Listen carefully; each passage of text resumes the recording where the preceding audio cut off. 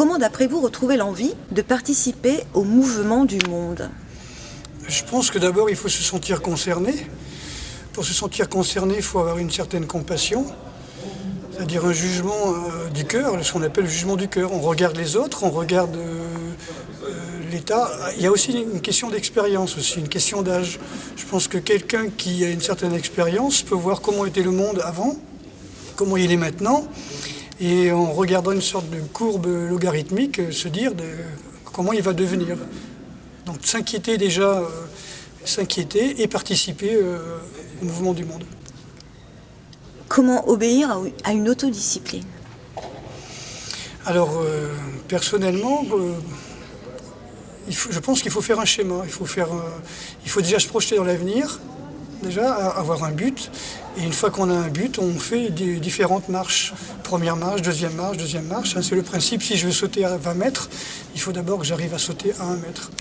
Et augmenter la distance petit à petit. Donc pas rentrer dans l'échec à pieds joints, hein. Donc déjà se donner des petits buts qui sont facilement atteignables. Et où trouver la volonté d'agir?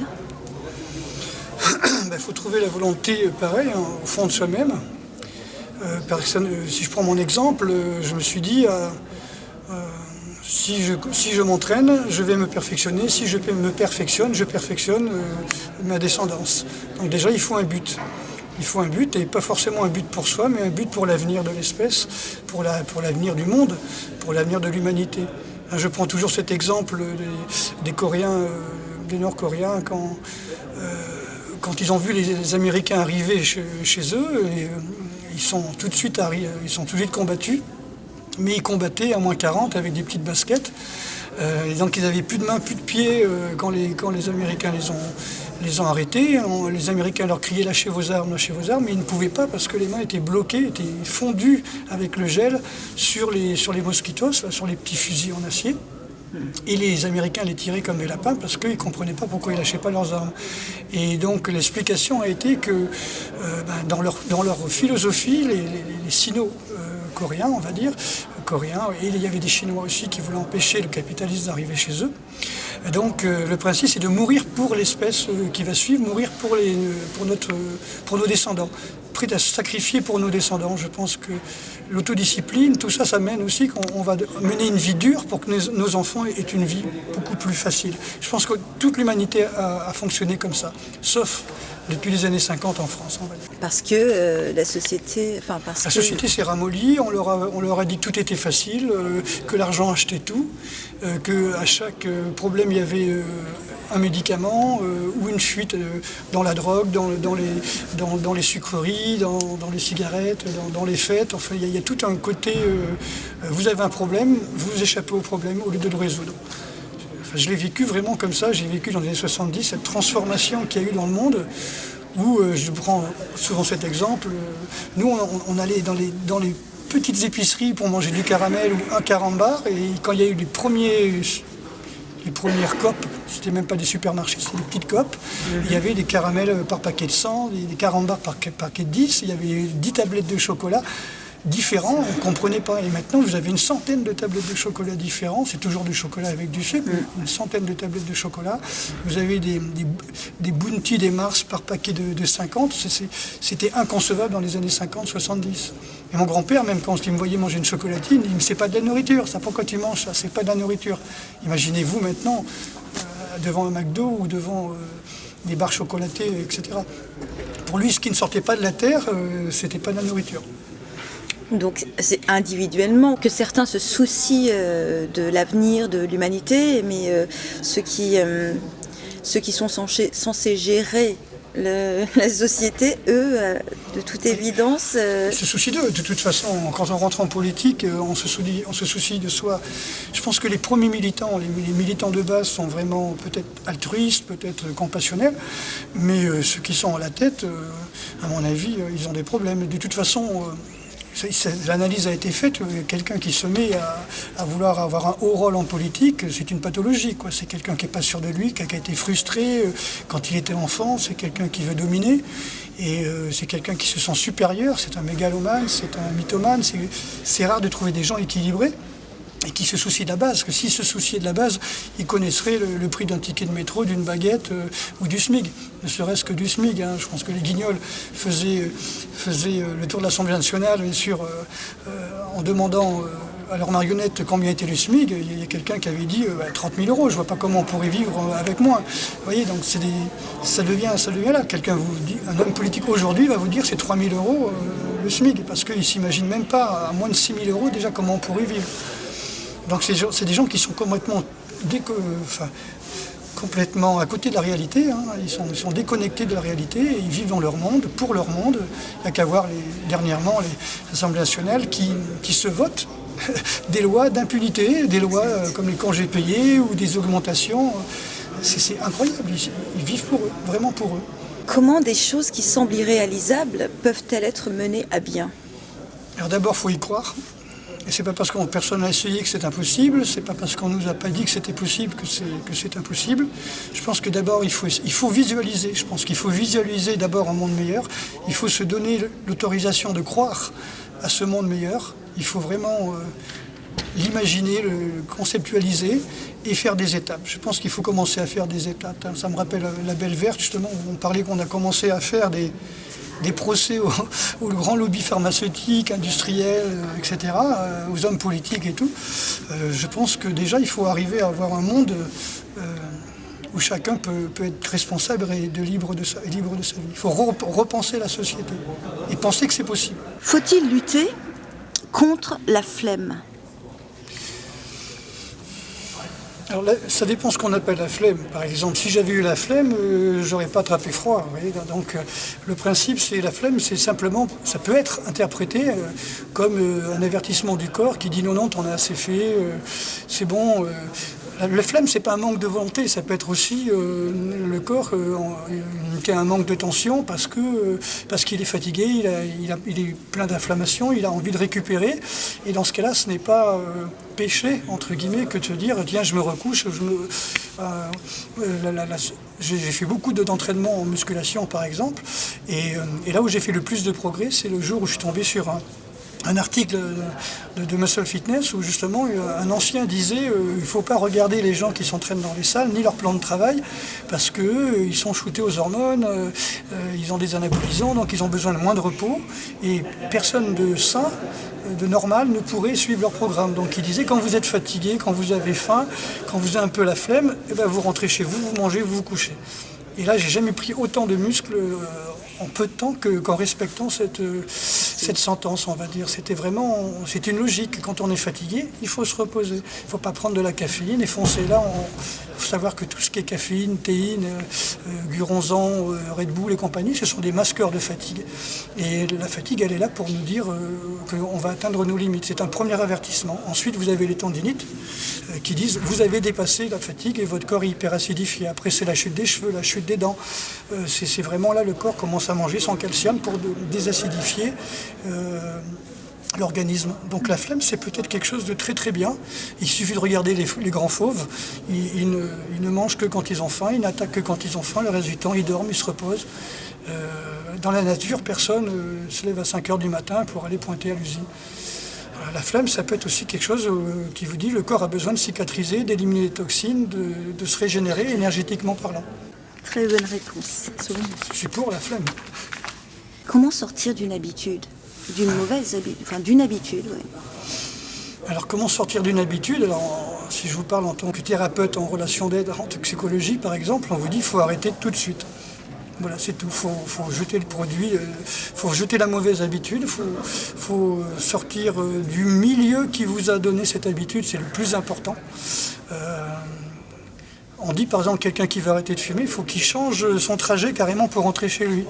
Parce qu'il passe devant les bureaux de tabac, il s'arrête, il va boire un coup avec les copains qui fument. Pareil pour l'alcoolique, il faut qu'il change totalement son trajet, il faut qu'il enlève tout ce qui est rapport produits toxiques dans son entourage. Par exemple, l'alcoolique va enlever toutes ses bouteilles. L'alcoolique, c'est pas celui qui se défonce la tête. Le week-end, l'alcoolique, c'est celui qui ne peut pas prendre un repas sans alcool au départ et après qui se lève le matin et qui a soif, qui ressent cette sensation de besoin. Quelqu'un qui qui est accro, c'est quelqu'un qui ne peut pas se passer d'un produit. Donc, mais ça peut être le sport, ça peut être le sexe, ça peut être n'importe quoi, hein, la lecture, la soif de connaissance, le besoin de parler, le besoin de communiquer. Ça peut être ça aussi. C'est plus un besoin. Des moments que ça fait souffrir, des moments que l'absence de ce produit, de cette habitude fait souffrir, ça devient ce qu'on appelle une drogue, c'est-à-dire une addiction. Et l'addiction fait souffrir. C'est la différence entre j'ai faim et je veux manger parce que je suis contrarié. À savoir qu'on mange à 90% trop. On mange trop souvent et on mange à 99% pour gérer des angoisses et du vide, la peur du vide, et non pas pour nourrir nos cellules. Si on voulait nourrir nos cellules, il faut savoir qu'une personne de 1m70 kg a 40 jours de jeûne en énergie. Ça veut dire que même s'il mangeait une fois tous les 40 jours, j'exagère, mais ça lui suffirait. Donc ça a été prouvé, on ne peut pas mourir de faim. C'est impossible. L'organisme prend ses réserves. Alors je prends l'exemple d'un 1m70 kg, 40 jours de jeûne. Ensuite, il commence à attaquer ses protéines, d'ailleurs la masse musculaire, d'abord les tissus lésés, les tissus dont il ne veut pas, que le corps ne veut pas garder. Et ensuite, quand 50% de ces tissus sains, des tissus sains, sont attaqués, ça commence à être dangereux. Donc on en est presque à 100 jours là. Donc ce que je veux dire, c'est que le record, par exemple, de jeûne, c'est 382 jours. Une personne qui faisait 200 kilos, juste suivie sur l'acide basique, parce qu'il y a quand même un relâchement de toxines. Donc personne ne peut mourir de faim. Les gens meurent de malnutrition, d'intoxication, de stress, de peur, de dévalorisation, de désespoir. Hein. Quand un couple a vécu longtemps ensemble, un des deux se laisse, on dit, mourir de faim. Non, il ne meurt pas de faim, il meurt de désespoir. Ou le SDF, on dit qu'il est mort de faim et de froid. Non, il est mort surtout parce qu'il boit de l'alcool et que ça lui masque, ça lui casse la thermorégulation. Et donc, il meurt de froid, effectivement, d'inanition, mais pas vraiment de faim, quoi. Et au sujet donc de l'alimentation, qu'est-ce que vous conseilleriez comme alimentation ?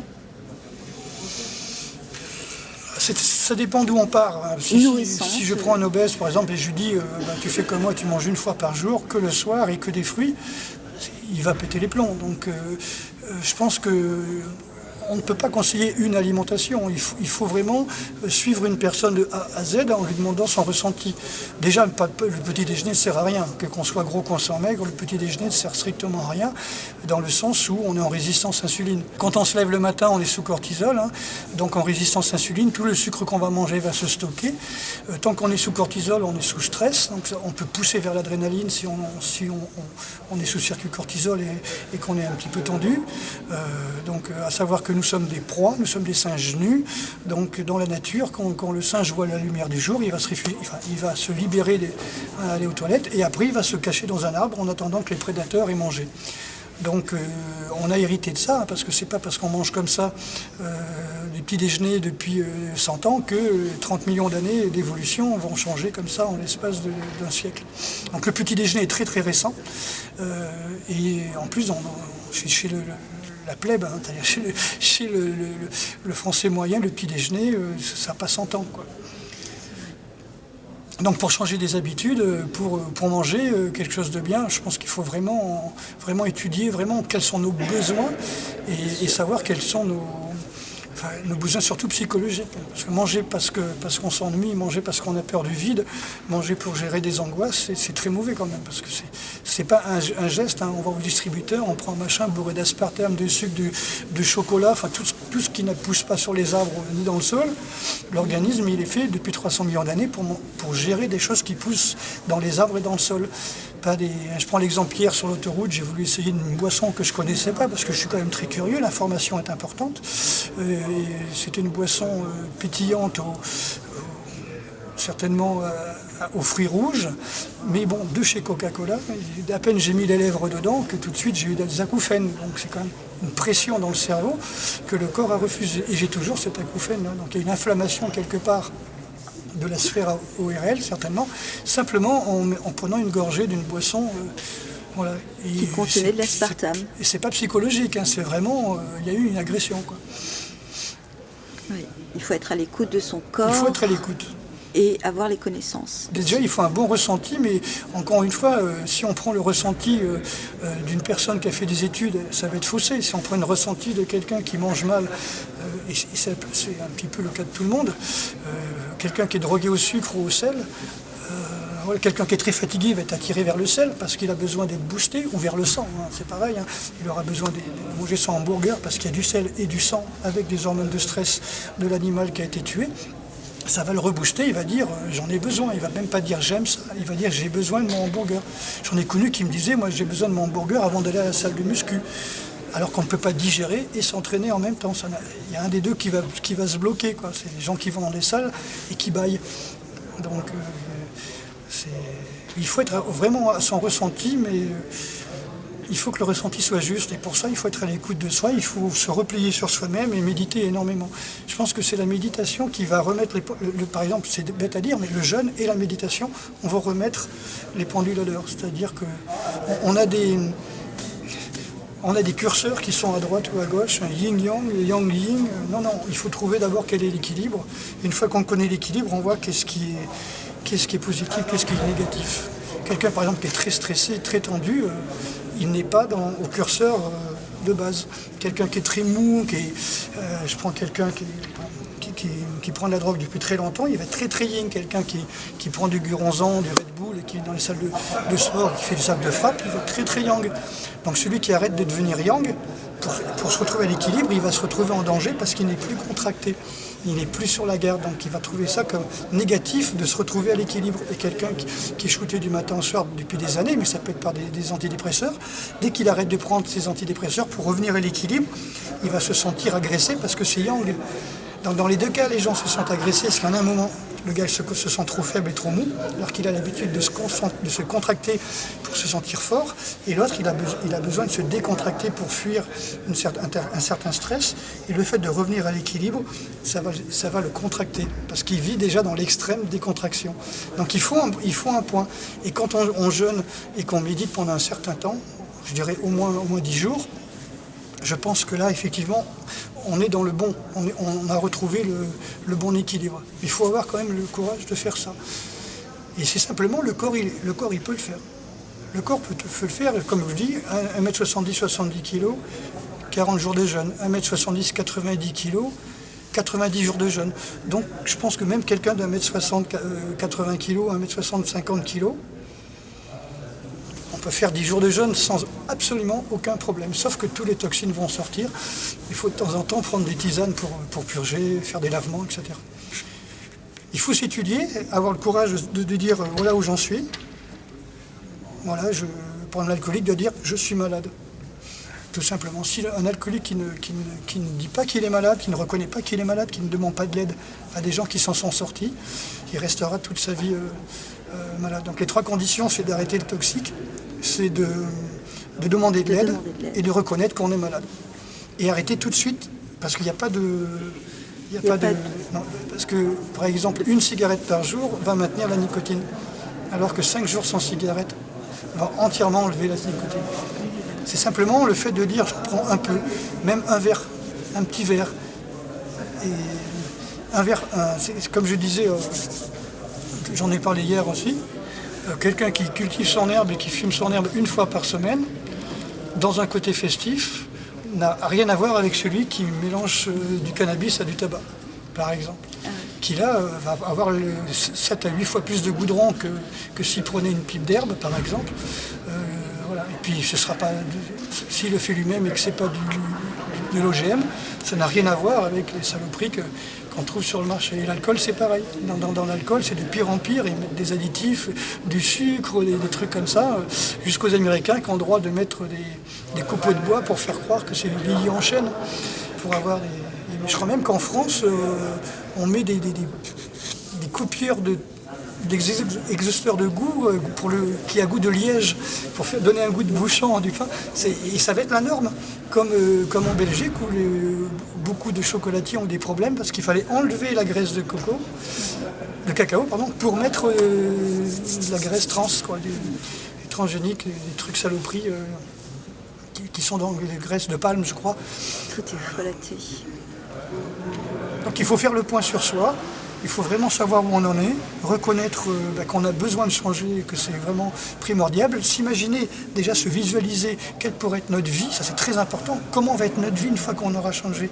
Et imaginer, et j'ai réussi à changer la vie de beaucoup de personnes très rapidement, sans le faire exprès, en disant mais tu t'imagines comment tu pourrais, ce que tu pourrais faire si tu étais comme ça? Et la personne, j'ai vu son visage changer. Mais pour des tas de choses, personne, j'ai dit mais tu t'imagines si tu apprenais le japonais, comment tu pourrais aller faire les arts martiaux au Japon? Et le gars tout de suite il a changé sa vie. D'autres c'était mais tu t'imagines qu'est-ce qui se passerait si tu avais ton brevet, etc. Tu pourrais faire ça, ça et ça. Et le gars il dit j'avais pas pensé. Donc des choses comme ça, il faut simplement de toute façon quand on se lève le matin, on visualise sa journée. Non, une vie c'est pareil. Quand on se lève le matin, il faut visualiser sa journée, voire même la veille, de dire demain je vais faire ça, ça et ça. Et après il faut s'adapter, bien sûr. Mais il faut visualiser sa vie. Quelqu'un qui ne visualise pas sa vie, c'est comme quelqu'un qui a une voiture, et en fin de compte il va rouler à 20 à l'heure. Et puis il n'a pas beaucoup de phare, donc il n'y a pas beaucoup de lumière, la batterie est épuisée, il est vide, donc il roule à 20, 10 à l'heure la nuit, parce qu'il n'arrive pas à voir devant. Alors, quelqu'un qui a la patate, quelqu'un qui a le moral, quelqu'un qui a la foi en lui, qui a la foi aussi non pas dans la société, mais dans ce qui est au-dessus de la société, qui a vraiment une foi dans le cosmos, dans l'énergie, ce gars-là, cette personne-là, elle va performer à mort, parce qu'elle y croit, elle a la foi. Alors que quelqu'un qui n'arrive pas à se projeter, imaginez le gars, ils ont la même voiture, mais il y en a un qui est plein phare parce qu'il est plein d'énergie et il peut rouler à 100 km/h et l'autre il roule avec une batterie épuisée à 10 km/h. Donc il faut visualiser, il faut visualiser la route. Et si ça bloque, eh ben on prend un autre chemin, on fait autre chose, il faut être aussi à l'écoute des signes.